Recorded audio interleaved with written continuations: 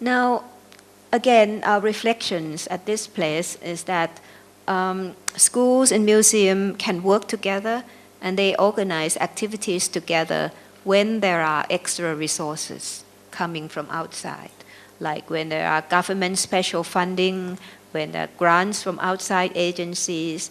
Without funding or without agencies to facilitate the collaboration, schools and museums tend to work separately.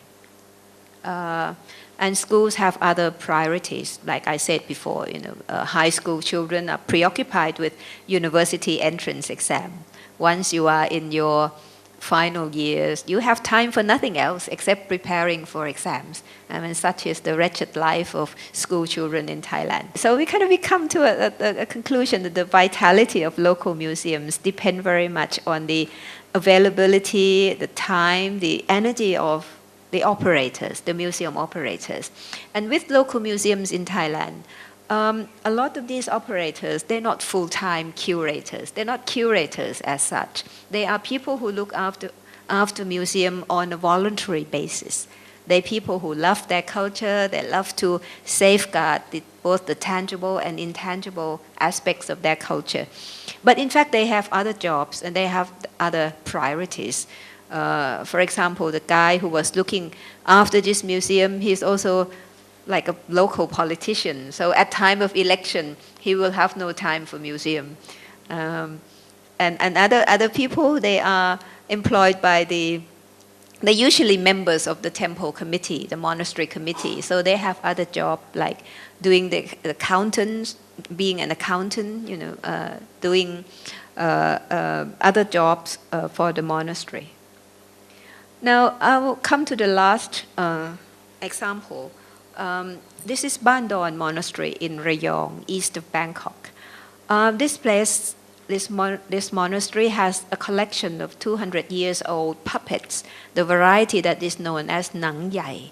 I don't know. I mean, you have the tradition in Cambodia called Nang Sabek, right? Nang Sabek, Sabek or Sabek Tom. And in Indonesia, you have wayang, all kinds of wayang.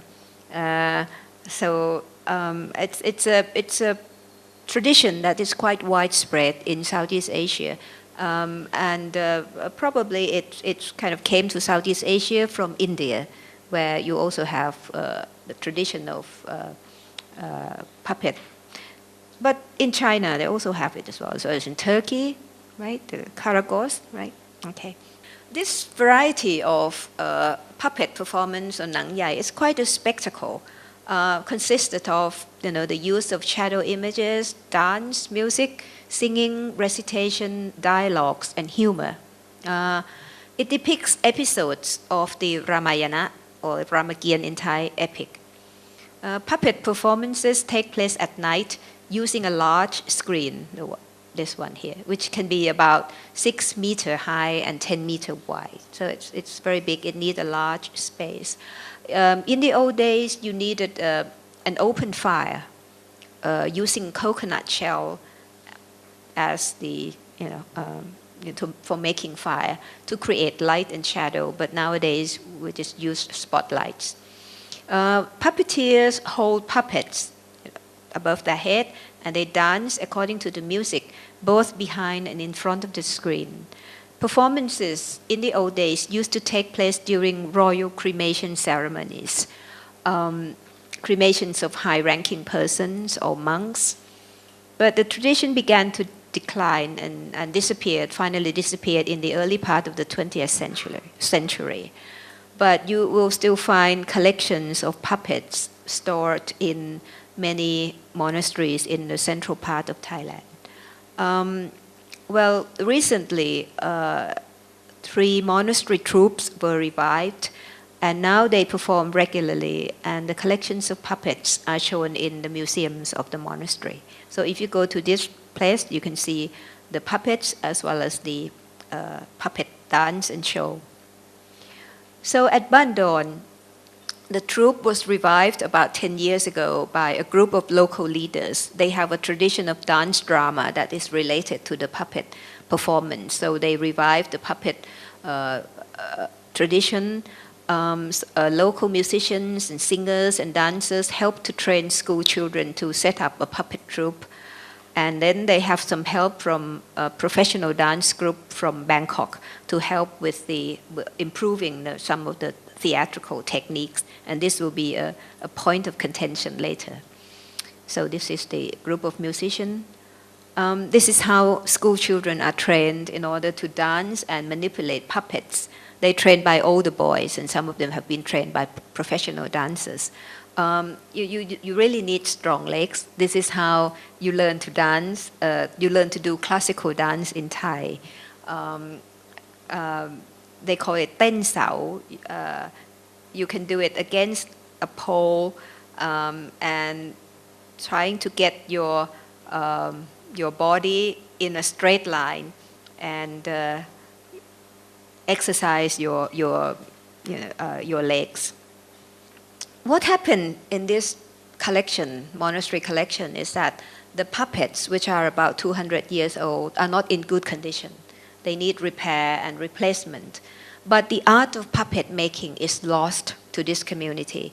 It probably was not there in the first place. I mean, the origin of this collection is very inconclusive. Some people say that it was bought from other places and then kind of housed here, and a troupe was set up in order to perform the puppet shows.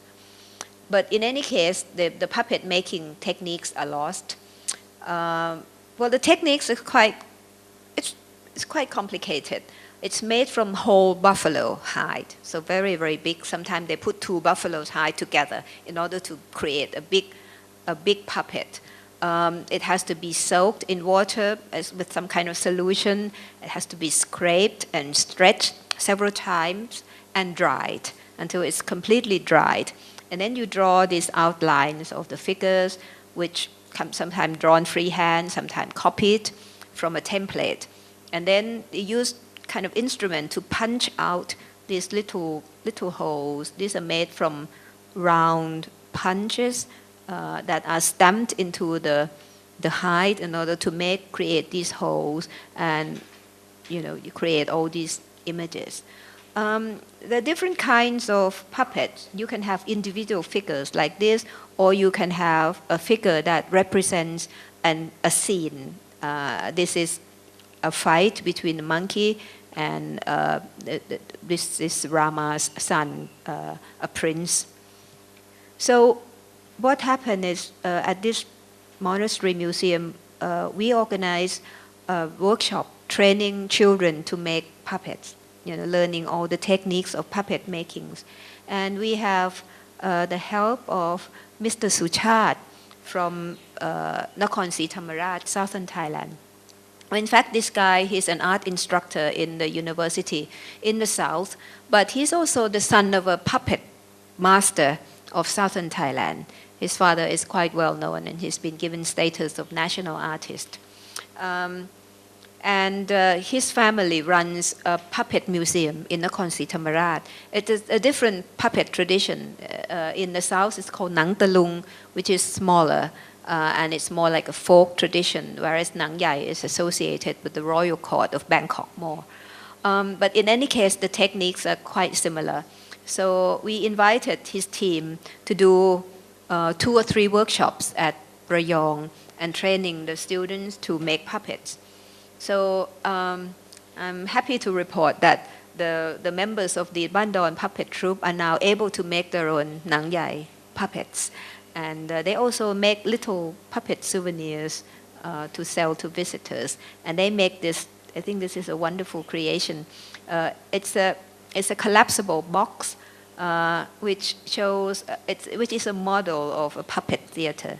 So it's a kind of a traveling exhibition, and the abbot takes it to show in many exhibition displays.